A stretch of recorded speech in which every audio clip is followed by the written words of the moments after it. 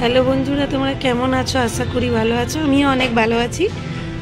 তো তোমাদের প্রিয় মামনি চলে এলাম তোমাদের সঙ্গে আবার একটা নতুন রেসিপি নিয়ে। তো আজকে থাম্বনেল দেখে নিশ্চয়ই বুঝেই গেছো যে আমি আজকে কি বানাতে চলেছি। তো রান্নাটা তোমাদের দেখাই। এই যে এখানে একটা বড় বেগুনের অর্ধেক বেগুন নিয়েছি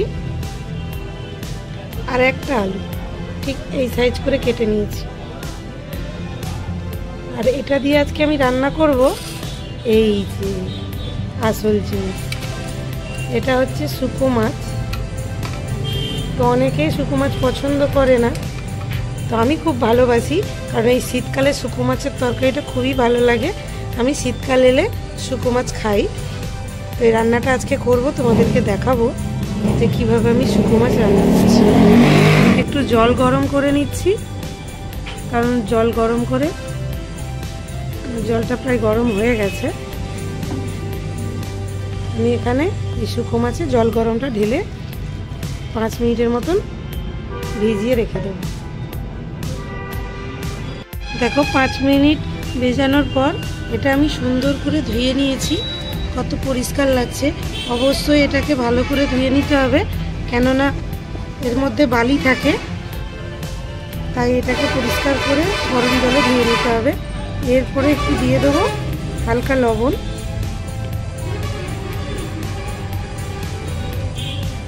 তারপরে এর মধ্যে দিয়ে দেবো সামান্য কিছু,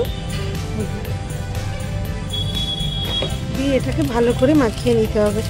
দেখো আমরা যে লোটে মাছ খাই, সেই লোটে মাছেরই কিন্তু এটা শুকনো, ওই জন্য এটাকে শুকো মাছ বলে। এই যে ভালো করে মাখিয়ে নিলাম মাছের মতোই। এই যে শুকো মাছটা আমার ভালো করে সুন্দর করে ভাজা হয়ে গেছে। এই যে এটাকে আমি এবার তুলে নেব।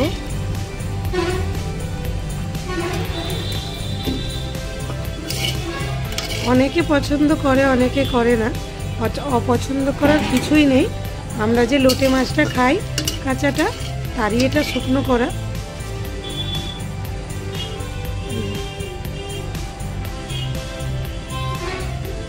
সুন্দর করে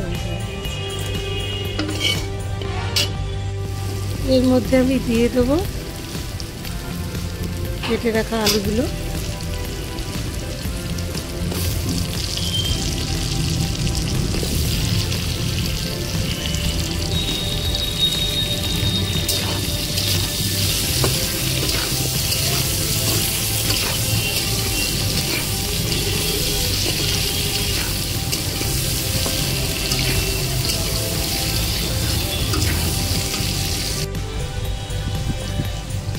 দু মিনিটের মতন আমি আলুগুলো ভালো করে ভেজে নিয়েছি। এর মধ্যে দিয়ে দেবো এই যে কেটে রাখা বেগুন। বেগুনটা বড় ছিল তাই আমি হাফ নিয়েছি।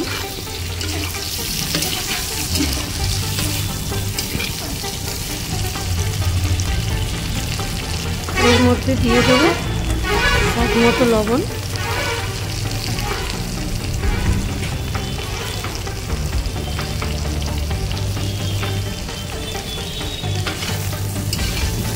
এটাকে ভালো করে আরও 2 মিনিটের জন্য একসঙ্গে ভেজে নেব।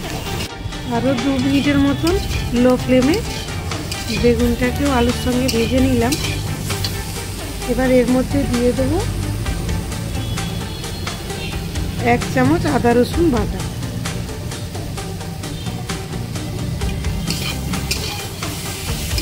এটাকে একটু নাড়িয়ে চাড়িয়ে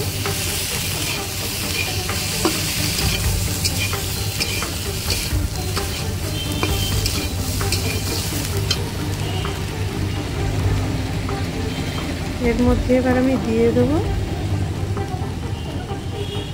একটু লঙ্কার গুঁড়ো,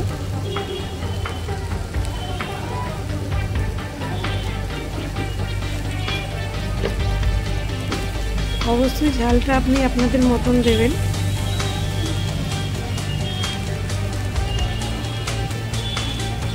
হলুদ গুঁড়ো,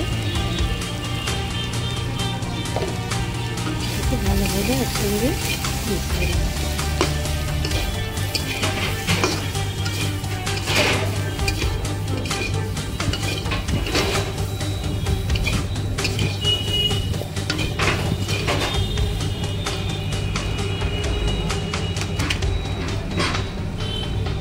একটু দিয়ে দেবো জল,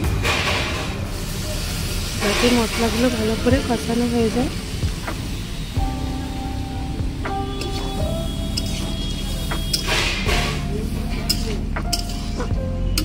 এটাকে ঢেকে হতে দেবো আরও 1 মিনিট। আমার শুকনো মাছের তরকারিটা কিন্তু হয়ে গেছে, একদম রেডি। বেশি ঘাটাঘাটি করবেন না, যাতে খুব একটা বেগুন ঘেটে না যায়।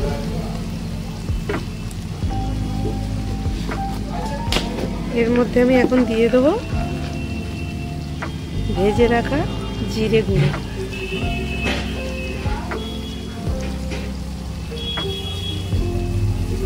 ফাইনাল লুকটা আপনাদেরকে দেখাচ্ছি। 5 মিনিটের মতন আমার কষানো হয়ে গেছে। তো তোমরা দেখতেই পাচ্ছ তরকারির কালারটা কত সুন্দর এসেছে।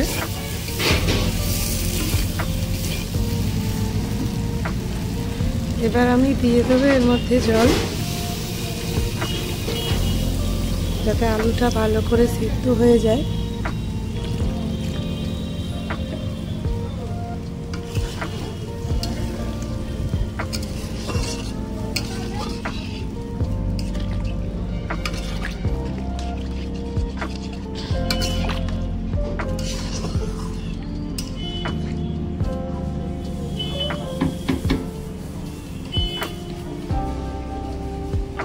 এর মধ্যে আমি দিয়ে দেবো ভেজে রাখা শুকনো মাছগুলো।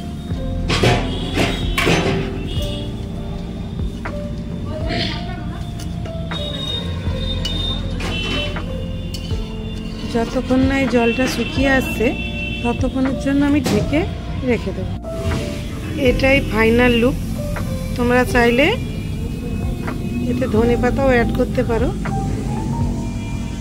এই যে